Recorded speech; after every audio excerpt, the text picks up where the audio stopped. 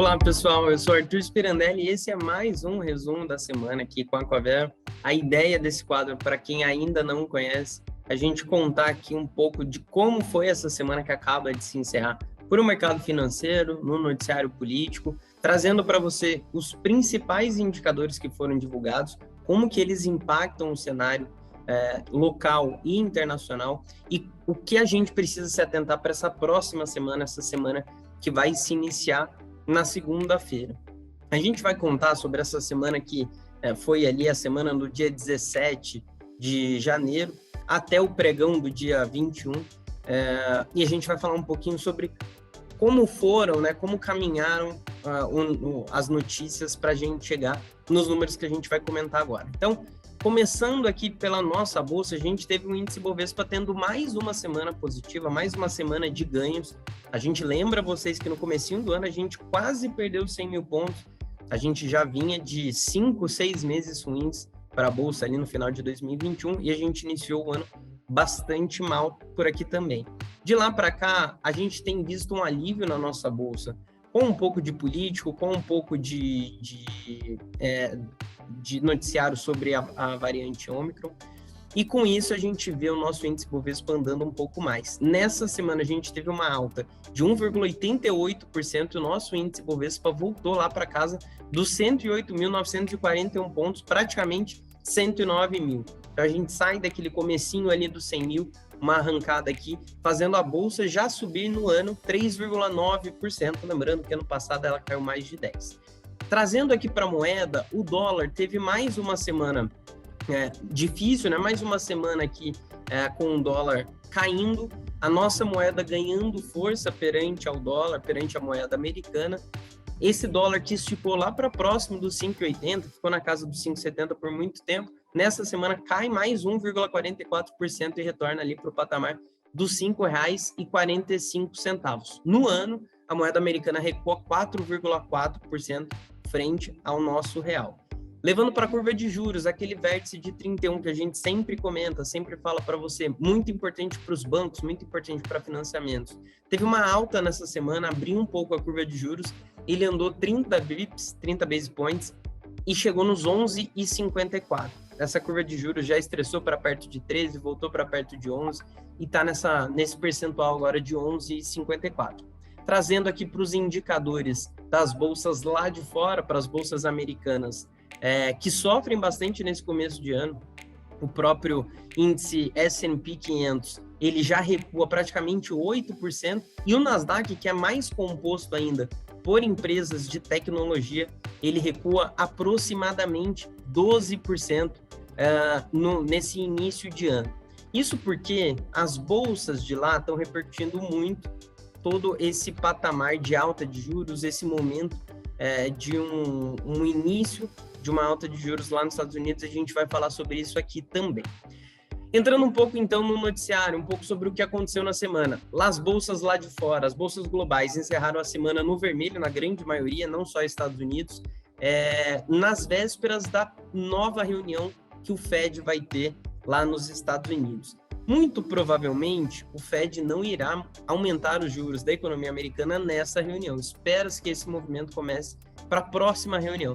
De qualquer maneira, o mercado está muito atento aos pronunciamentos que serão feitos. O presidente do Fed, Jerome Powell, fará o seu discurso, e o mercado vai pegar um pouco sobre esse sentimento para entender como estarão essas altas, como serão essas magnitudes para os juros lá nos Estados Unidos. Lembrando que os Estados Unidos vive um patamar de juros zero, juro naquela faixa de 0 a 0,25 já há algum tempo, e com essa inflação bem acima do normal por lá, uma inflação nos Estados Unidos de praticamente 7% no ano passado, é um número que traz essa preocupação para os juros, fazendo com que os juros aumente esse ano. Alguns especialistas esperam 4 altas de juros lá nos Estados Unidos durante esse ano de 2022. Alguns especialistas projetam que os juros continuem aumentando por lá para 2023. A gente vai seguir te noticiando de tudo que acontecer nessa frente. No radar dos investidores, a gente tem a temporada de resultados das empresas dos Estados Unidos. As empresas listadas em bolsa divulgam seus balanços trimestrais, então a gente está acompanhando o balanço das empresas do último trimestre do ano passado, o encerramento de 2021, e algumas empresas decepcionando, algumas empresas trazendo resultados interessantes. Alguns bancos, Morgan Stanley, enfim, trazendo resultados acima do esperado, puxando aqui o otimismo do mercado, e algumas empresas como a própria Netflix trazendo resultados bastante duros e fazendo com que o próprio índice lá fora, principalmente o Nasdaq, também sinta bastante, também caia. A Netflix divulgou um resultado bem abaixo do que o esperado pelo mercado, trazendo um radar de preocupação com as plataformas de streaming, que investiram muito no ano passado, e a ação caiu praticamente 24% na sexta-feira. A gente tem também o mercado repercutindo essa preocupação através lá da Treasury americana, do Tesouro americano de 10 anos. Assim como a gente pode investir no Tesouro aqui no Brasil, os investidores podem acessar títulos do Tesouro americano, e um termômetro para o mercado é a Treasury de 10 anos, que é muito conhecida como T10. A gente avalia esse sentimento de risco, de pessimismo com a bolsa e um voo para ativos mais seguros. O T10, ele chegou a atingir 1,9% e pressionou bastante as empresas de crescimento, que acabam sentindo mais a alta de juros exatamente pelo seu modelo de negócio. Do lado dos indicadores, a gente tem toda semana, toda quinta-feira, os números de seguro-desemprego lá nos Estados Unidos. Esses números de seguro-desemprego trazem para a gente uma ideia de como está o mercado de trabalho. O relatório de payroll, o relatório JOLTS também nos ajudam nessa frente. Toda semana o mercado fica acompanhando como foi. E nessa última semana, que foi divulgado o número da semana anterior, lá de 15 dias atrás, esses números vieram acima do esperado e também ligaram aqui um alerta para o momento da economia americana. Levando para o velho continente, na Europa, a gente teve a presidente do Banco Central Europeu, né, responsável pela zona do euro, a Christine Lagarde, dizendo que ela não irá atuar com tanta veemência como o Fed pretende atuar lá nos Estados Unidos. Ela disse que o bloco, ali, a zona do euro, não fará um movimento tão abrupto assim, e ela falou também que elevar juros muito rapidamente poderia elevar o risco de frear o crescimento, e que ela prefere uma política monetária agindo como um amortecedor ao invés disso. Então, também atenções ali para o bloco europeu, a Europa sentindo bastante, as empresas por lá sentindo bastante, os indicadores de atividade, de setores de industriais, de serviços, etc., com números bastante preocupantes por lá também. Levando para a Ásia, principalmente ali para a China, a gente teve a produção industrial chinesa aumentando, só que as vendas no varejo lá da China ficando abaixo das expectativas. Números importantes lá para a China. A China acaba sendo um grande exportador, um grande importador de todas as economias do mundo, e é muito importante esse crescimento, essa atividade deles por lá. O PIB de lá cresceu 4% no último trimestre de 2021. Esse dado veio bem acima dos 3,3% que eram esperados pelos investidores, pelo mercado. E por fim, a gente teve o Banco Central Chinês, o Banco Popular lá da China, anunciando cortes em suas taxas de juros, seguindo uma rota oposta dos bancos centrais dos países desenvolvidos. Então, a China tentando fomentar mais atividade, tentando animar os mercados, reduzindo juros por lá. A China que vem nesse movimento, né, de dificuldade, de desaceleração, e o Banco Central Chinês optou por esse caminho. No radar corporativo, como eu falei, a gente teve essas ações do Netflix recuando e trazendo essa preocupação para o mundo das empresas de tecnologia que já vem sofrendo ali com essa perspectiva de alta de juros. A gente teve Morgan Stanley trazendo boas notícias, e levando para o lado das commodities, a gente teve ali o avanço, né, dos preços de petróleo no mercado internacional, reforçando essa preocupação com a inflação global. Isso porque grande parte da inflação que o mundo viu no ano de 2021 foi causado pela alta do petróleo, com esse choque de demanda, essa volta da mobilidade no mundo, né, com a diminuição das medidas de restrições para a Covid-19, e essa alta do petróleo sendo causada também por outros fatores. Nas máximas dessa última semana, o petróleo do tipo Brent, que é a referência aqui para a Petrobras, ele chegou a ultrapassar $88 por barril. Essa é a máxima desde 2014, então uma máxima aqui de 8 anos, principalmente agora ligada às tensões no Oriente Médio. A gente vendo esse petróleo oscilando por vários fatores, não só, como eu falei, a mobilidade, mas também tensões no Oriente Médio, tensões de guerra em algumas partes do mundo, falas ali da OPEP+, né, dos países produtores de petróleo sobre a produção. Então, um momento bastante delicado, a gente segue acompanhando muito de perto o petróleo e o impacto que isso tem na nossa vida, na nossa rotina. A gente teve o vice-governador do Banco Central chinês, o Liu Gongqiang, ele falando ali que o país asiático ele deveria introduzir mais políticas que conduzam à estabilidade e avançar na curva do mercado, depois, né, que o Banco Popular da China cortou esses custos de empréstimos pela primeira vez desde abril de 2020, um movimento ali de quase 2 anos que a gente não via. Trazendo aqui para o Brasil, voltando, né, dessa volta ao mundo, no radar político a gente teve o Paulo Guedes, né, ministro da Economia aqui do Brasil, discursando um evento lá do Fórum Econômico Mundial, que acontece na Suíça, e ele afirmou que o Brasil tomou a dianteira na alta dos juros, enquanto os demais países, né, principalmente países párias aqui nossos, só agora começam a adotar uma política de aperto monetário para conter a inflação. Porém, o mercado lembra, né, que esse movimento do nosso Banco Central brasileiro, ele foi um movimento tardio, ele foi um movimento um pouco mais brando do que grande parte do mercado defendia. Aquelas altas de juros para ir testando o que acontecia na economia foram criticadas ao longo de 2021. O mercado fica bastante atento para como elas serão neste ano de 2022. A gente vai ter a expectativa do mercado é que a gente tenha novas altas de juros, esses juros caminhem lá para casa de próximo dos 12%, e esses movimentos vão ser muito acompanhados por aqui. Levando para Brasília, a questão ali dos servidores públicos, ela segue no radar, né? Os servidores públicos ficaram insatisfeitos com a alta salarial, só ali para a classe, né, dos policiais, e ameaçaram greves. Tivemos ali um acompanhamento de parte da classe entrando em greve na terça-feira. O movimento foi bastante restrito, não teve muita força, mas fica no radar dos investidores. O presidente Jair Bolsonaro, ele falou que vai ter que decidir entre salvar a categoria ou deixar todos sofrerem, colocando em dúvida a possibilidade de um reajuste. A ministra do STF, a Rosa Weber, se reuniu com lideranças de servidores públicos federais para discutir a extensão de reajuste de policiais às demais categorias. E segundo apurou a Reuters, a gente teve aqui o Bolsonaro muito próximo de sancionar o orçamento de 2022 com aqueles 4,9 bilhões de reais para o fundo eleitoral e corte de 3 bilhões de reais em outras áreas. Esse orçamento que virou uma novela, né, ao longo do ano de 2021, a gente falou dele diversas vezes, e ele acabou atrapalhando várias outras iniciativas, ele ficava ali no radar dos investidores, exatamente porque a gente precisava aprovar uma PEC para destravar valores para o orçamento. Enfim, esse orçamento muito próximo de ser sancionado para a gente começar esse ano de 2022 oficialmente, entre aspas, nas contas públicas.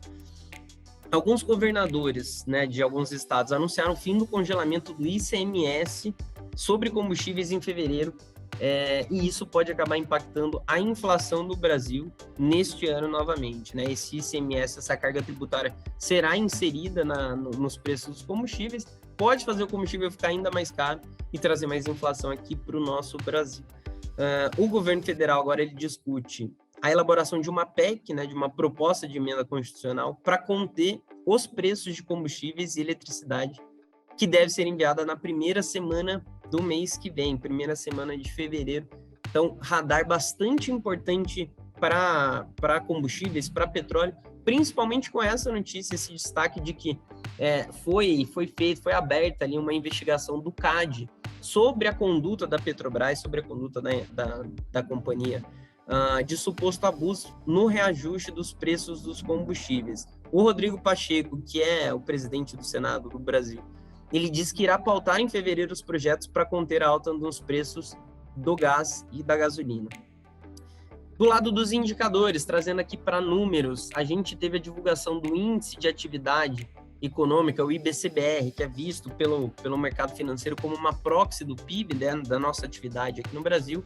Ele teve um avanço de 0,69% em novembro, na comparação com outubro, então não é dado de dezembro, é um dado lá de novembro, interrompendo uma sequência de 4 meses no vermelho. A gente teve esse número, nessa atividade no Brasil, voltando a crescer depois de ali um quadrimestre bastante duro. Esse dado ficou levemente acima das expectativas do mercado.